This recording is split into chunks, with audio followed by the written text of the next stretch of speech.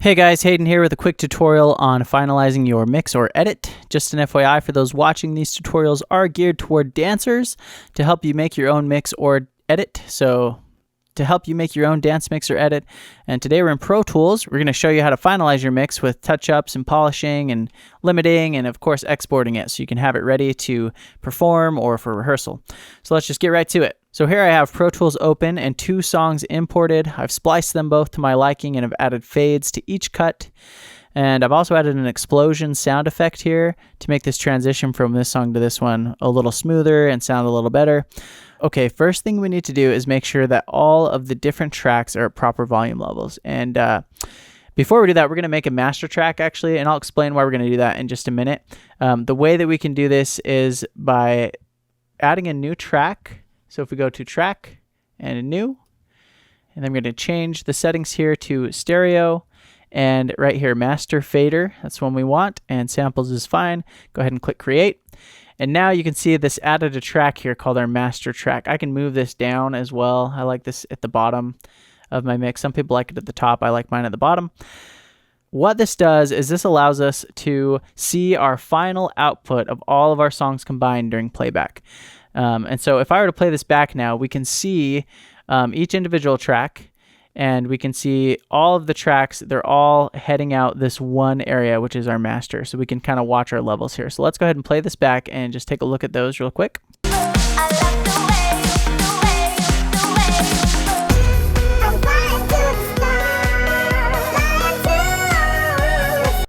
Okay, so as you can see, we do have some clipping or distortion. So these little red indicators here basically are telling us, hey, we have like a minimum amount of volume we're allowed to push out of your computer.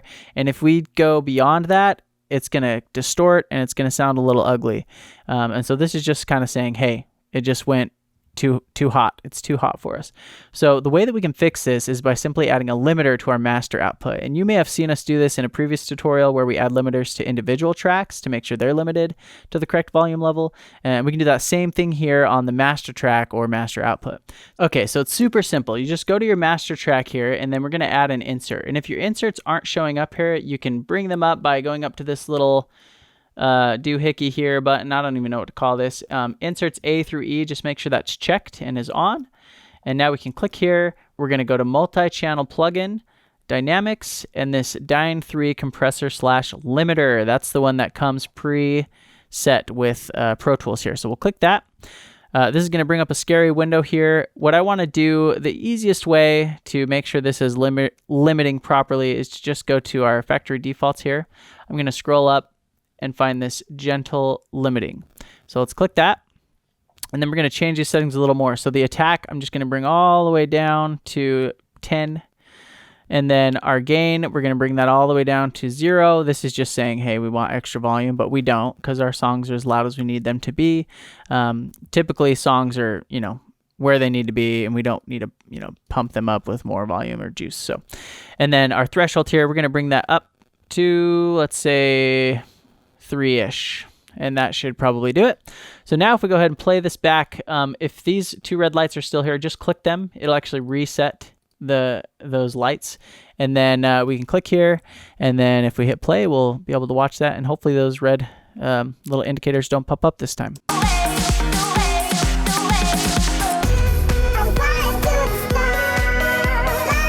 Perfect. Okay, so we've got that on there.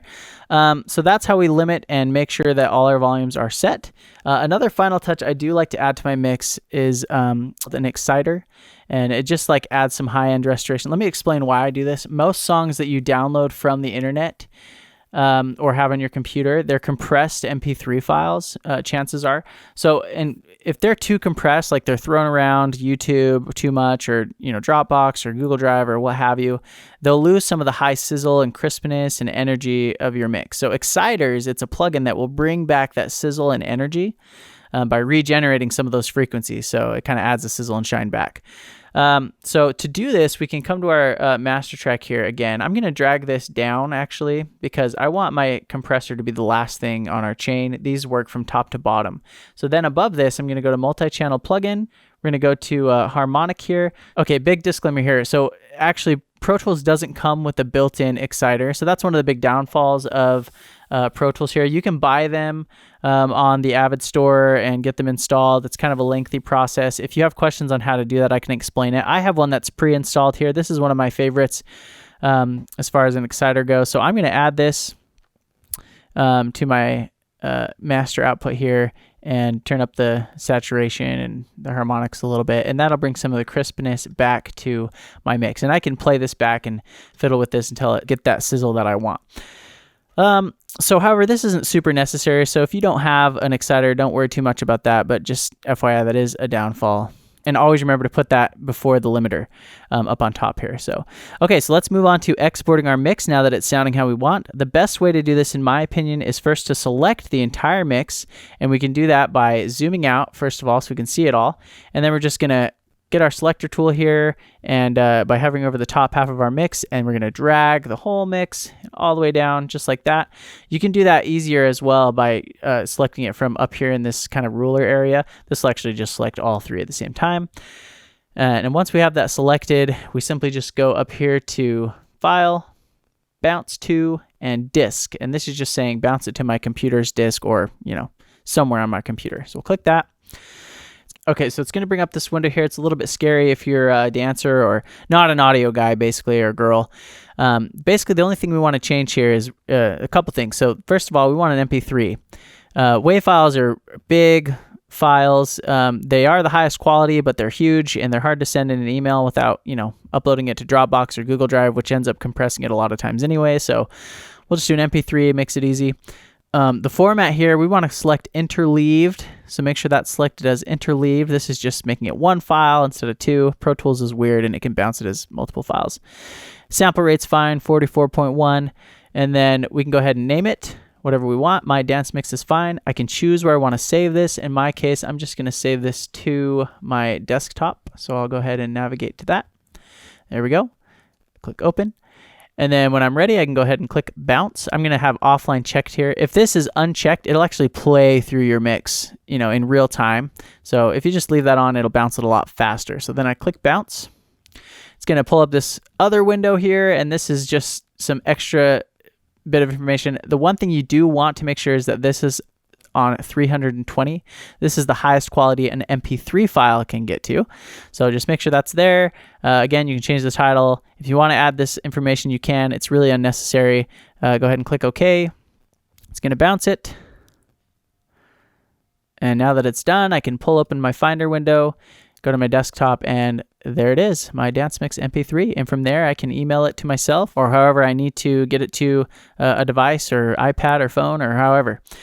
So just to recap, get your mix sounding how you want it, balance the levels, add a limiter and an exciter if you have one, and then from there, select your mix, and then go to File and Bounce to Disk, select MP3, make sure it's interleaved, and then add that 320 kilobytes per second setting so that it's the highest quality MP3 we can get. And that's it. And you export it and get it to your device with an email or however else. So hopefully this video was helpful. If so, please give the video a like and subscribe to our channel. If you have any questions about making mixes or edits for dance, you can contact me directly or head over to dancecuts.com/contact. And just for those curious, here is Dance Cuts, our music editor made for dancers. Dance Cuts automatically adjusts volumes and adds limiters to the songs that are imported, as well as to the overall mix, so you don't have to worry about balancing your mix. You can simply click export, and Dance Cuts does everything for you in the background, including saving your mix to the highest quality into the cloud as well, so you can easily access it online or download it to your device from there or stream it. It's a lot easier than other editors, as Dance Cuts was created for dancers. Dance Cuts is free, so be sure to check that out. You can do that by heading over to dancecuts.com and navigating to the downloads page. We also have loads of tutorials there to help you quickly learn Dance Cuts, with more tutorials being made regularly. So be on the lookout for those, and we will see you in the next one.